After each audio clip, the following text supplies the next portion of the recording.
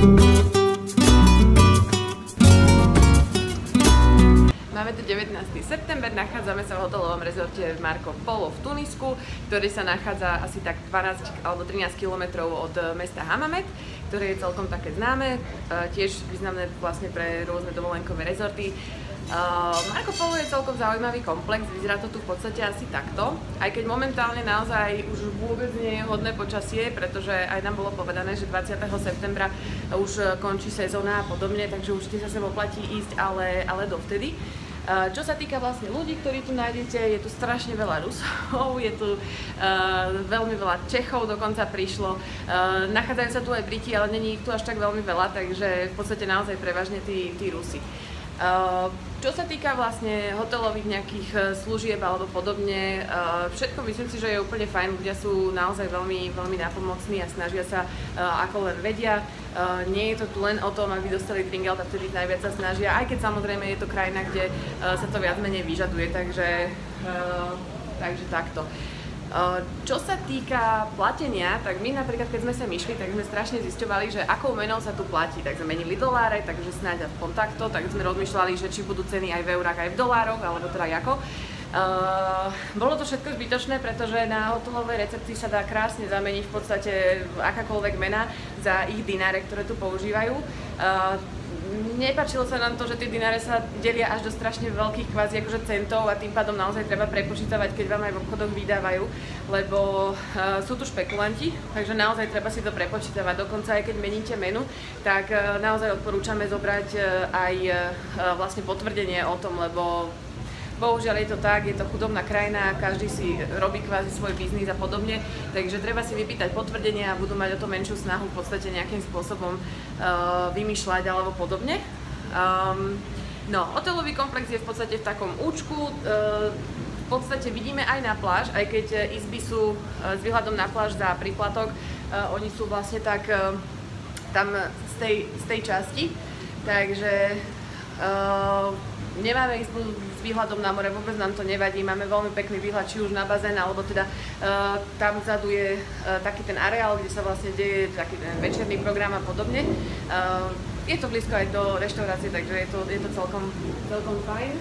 Naozaj dneska to počasie je prvý deň také nie moc prajné, takže to odporúčam do toho 20. septembra určite ísť do Tuniska vlastne. No, hotelový komplex je teda do toho účka, majú tu v podstate trojposchodové, tri podlažia.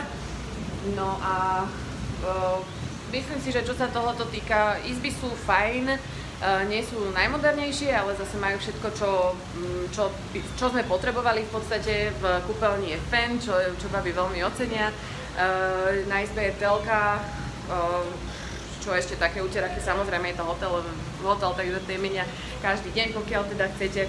Veľmi milé panie tu upratujú, takže to naozaj nemáme vôbec obavu nechať si aj nejaké drahšie veci v podstate na izbe. Aj keď tu je hotelový trezor, od ktorého sme dostali automatické kľúčiky, čo je veľmi, veľmi pozitívne, takže tam máme odložené veci, ktoré naozaj chceme mať akože zazichrované, aby sa im nič nestalo. No, takže toľko v podstate k izbe. Samozrejme je tu balkón, od ktorého teraz akože aj točím, takže balkón je veľké plus. Izby s výhľadom na more, že vraj balkón nemajú, takže tam sme neboli sme to nejako očeknúť, takže to ide tak nejak mimo nás. Večerný program je celkom pestrý. Nachádza sa vlastne tam, v tom areáli, keď je pekné počasie, čo vlastne väčšinou času aj bolo, tak naozaj akože animátori idú od rána do večera, asi zhruba od 10. začínajú program vlastne pri bazéne, potom pokračujú večer tam. Sú veľmi milí a naozaj si idú svoje, akože ten program je podľa mňa veľmi pestrý, mali tu aj, dajme tomu kvázi akože také artistické záležitosti, že nie je to iba len tak, že poďme zabávať turistov, takže to bolo fajn, to bolo vážne fajn. A pokiaľ čašníkovi dáte nejaký ten dinár, tak vám rád priniesie drinky aj ku stolu, čo je podľa mňa veľké plus, že netreba behať za každým, takže to je fajn. Čo sa týka stravy, strava je pomerne pestrá, ale na druhej strane, keď to mám zhrnúť, tak v Tunisku majú iba hovädzie, kurák alebo proste morku. A keď už týždeň máte jesť tieto tri mäsá kvázi, tri druhy mias, ktoré sú viac menej robené veľmi na podobný spôsob a ešte pečenku, ešte hovädziu pečenku v podstate dosť často akože dávajú, tak to príde také strašne jednotvárne. Vážne chýba tu proste nejaké niečo, ja neviem, vypražané alebo niečo na ten spôsob. Ale okrem toho, akože robia to dobre, ako je tam strašne veľa rôznych studených hmyz, ovocie, zmrzlina dokonca je, len na ňu sa čaká pomerne dlho a tie rady treba dojsť tak možno tak pol hodinku potom v podstate, ako sa začne čas obeda alebo raňajok alebo teda večere, pretože národnosti, ktoré som spomínala, tak sú celkom také bojovné a veľmi sa vedia tlačiť v podstate v tej rade a podobne, ale každému sa ujde, pretože doplňajú pravidelne, čiže toľko vlastne k strave. Myslím si, že to je tiež celkom taký dôležitý aspekt dovolenky. No, takže keď prídeme na Slovensko, tak naozaj po tých 10 dňoch sa už veľmi tešíme na bravčové. Takže na to sa treba pripraviť, že Tunisko je síce fajn, ale tu na bravčové jednoducho nezoženiete, čo je vlastne všeobecne známe, ale keď to človek zažije na vlastnej koži, tak je to také trošku reálnejšie. Čo sa týka okolia, boli sme sa prejsť aj v takom mestečku v podstate, ktoré je tam tým smerom asi tak 15 minút pešo. Výhodou je to, že aj keď tu praží slnko, tak sú tam také malé stromčeky zasadené v podstate, ktoré urobia ten tieň, takže nešli sme celý čas po slnku. Lenže keď sme sa dostali do toho mesta, tak je tam samozrejme strašne veľa všelijakých tých suvenír shopov a strašne veľa neskutočne otravných ľudí, ktorí sa vám prihovárajú, ktorí jednoducho sa vás snažia nalanáriť proste na všetko a hovoria vám, že uvidia vaše vlastne náramky na ruke, čo máte, a hneď začnú, že ja som proste kuchár z Marca Pola a podobne, snažia sa vás takto osloviť a potom jednoducho nalanáriť do svojich obchodov a podobne. Je to otravné. Naozaj, ako my sme už dali klapky na oči a išli sme proste priamo čiarou, lebo nebolo to dobré. Ale našli sme jeden obchod, ktorý bol fajn, bol taký pekný, akože kvázi moderný, pomerne veľký, hlavne klimatizovaný, čo bolo super a nikto nás tam neotravoval. Čiže treba hľadať a určite nájdete. Nešla by som ja do obchodu, kde ma proste za ruku tlačia, že poďte pozrieť a proste vyjednávať a niečo, to není príjemné a konec koncov aj ten dojem z toho nákupu je v podstate taký, že človek si myslí, že to vlastne ani nechcel a donútili ho do toho, takže treba si dávať pozor na takýchto ľudí.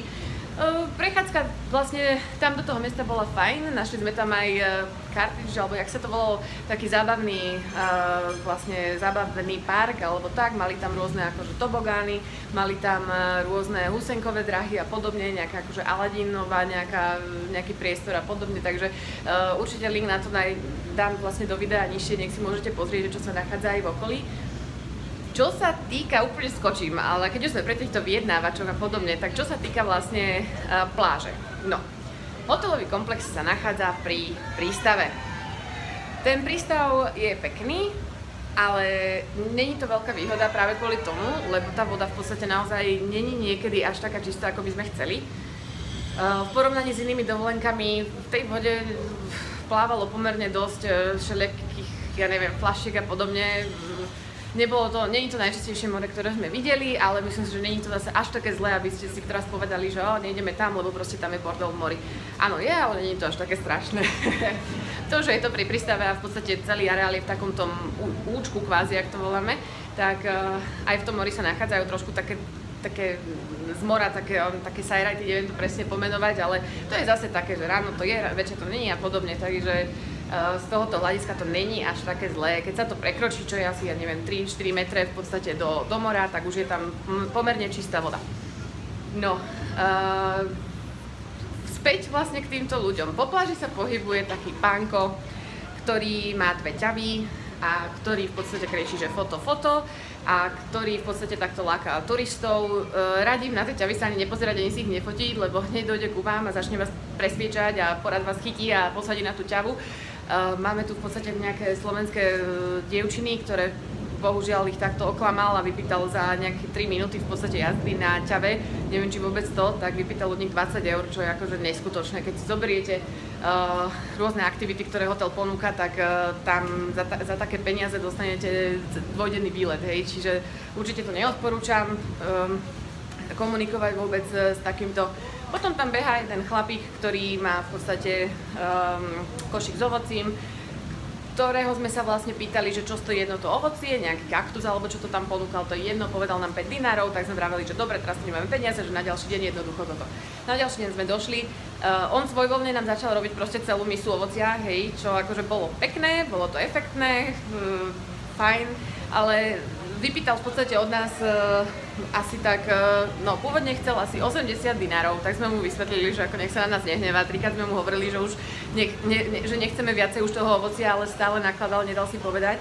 Tak potom reku, že 60 a nie, potom sme sa dohodli, že na 40, dobre, tak sme mu dali 40 dinárov, urobil to s pekným takým tým akože divadielkom okolo, ešte nosil vlastne takú chameleóna na sebe, čiže máme fotky s chameleónom, bolo to zaujímavé.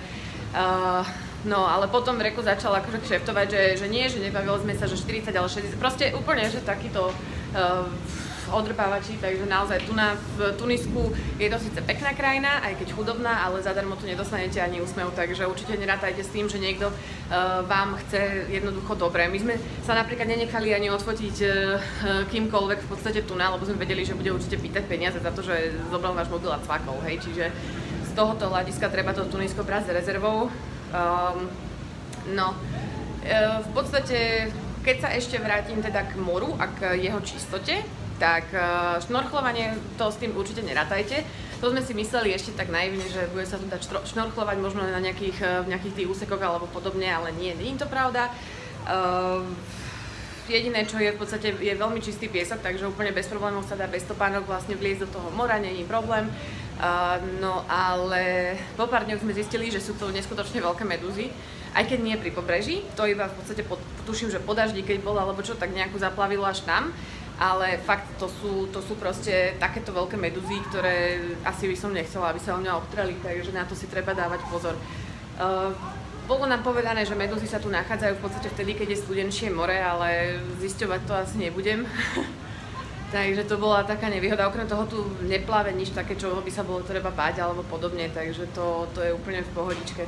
A tie medúzy sme vlastne videli, keď sme zobrali výlet, ponúkajú tu rôzne výlety, či už nejaké štvorkolky, alebo proste pirátska loď, alebo podobne. My sme išli na tú pirátsku loď, kde samozrejme zase sa snažil vás každý odžubať, lebo proste vy si zaplatíte vstup, kde vám povedia, že máte v cene malé občerstvenie, ktoré vlastne si máte ale zaplatiť, ale tak dobre, nevadí, už to je tu na každý robí biznis. No, stalo to za to, inak môžem odporúčiť naozaj a z tej lode sme vlastne videli už tak hlbšie kvázi more a naozaj tam na povrchu plávali také veľké medúzy. Nechcela by som to nejako sa toho dotknúť. No. A okrem toho v podstate hotel ponúka aj ďalšie aktivity, čo je napríklad dvojdňový výlet na Saharu, ktorý zahŕňa presne štvorkolky a výlet akože jazda na ťavách a neviem čo. Tiež vlastne v ponuke je presne to, že je tam aj ubytovanie zabezpečené a keď sme sa pýtali vlastne tých, ktorých tam boli, tak vraveli, že spali pod holým nebom.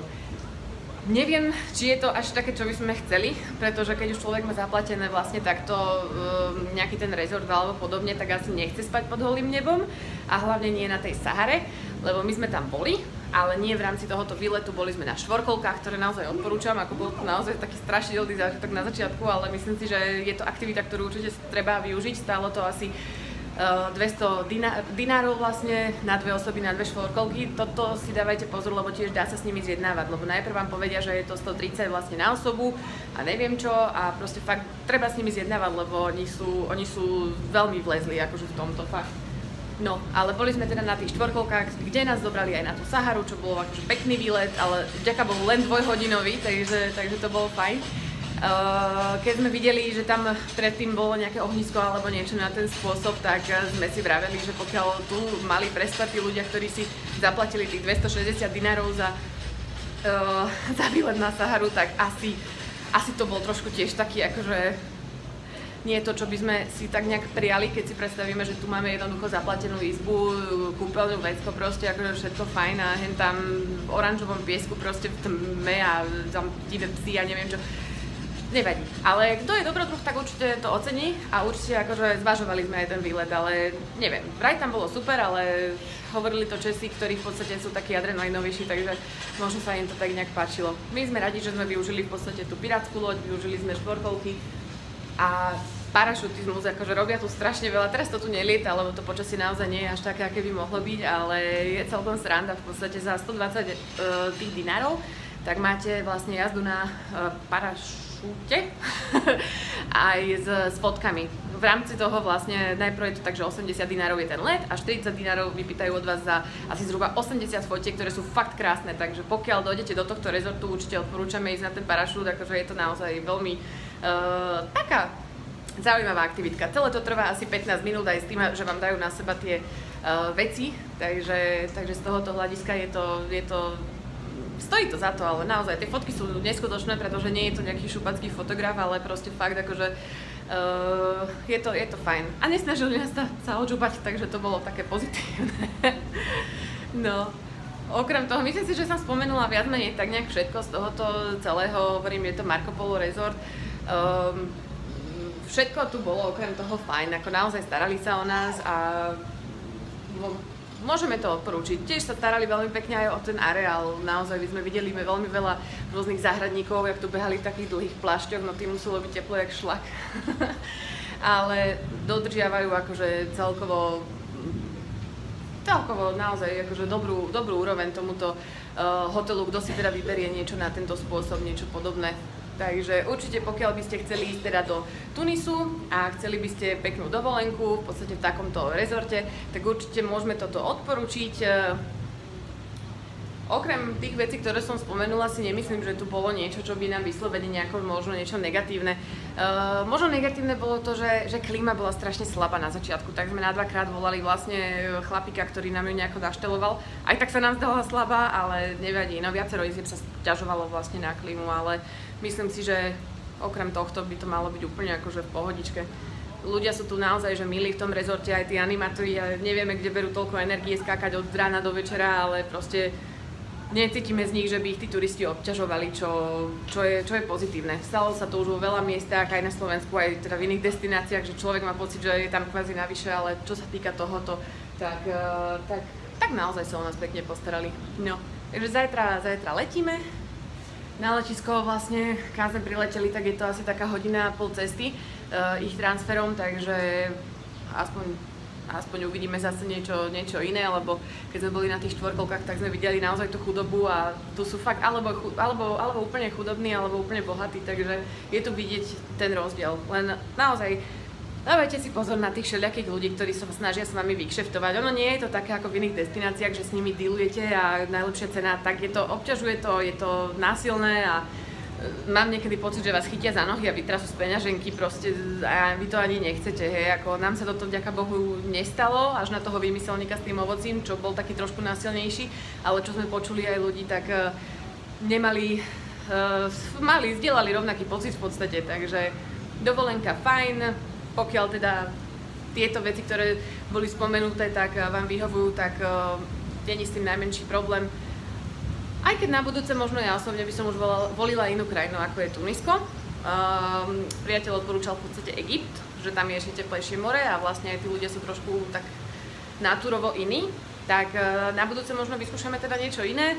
Teraz sme radi, že sme mali vlastne tú česť spoznať Tunisko a odchádzame naozaj s príjemným pocitom dobrej dovolenky a úprimne povedané, nechce sa nám do práce.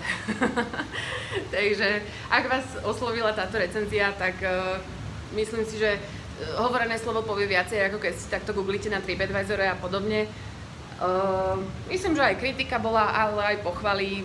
Je na vás, čo zvážite a hovorím, nám sa tu všeobecne viac menej páčilo. No, takže príjemnú dovolenku.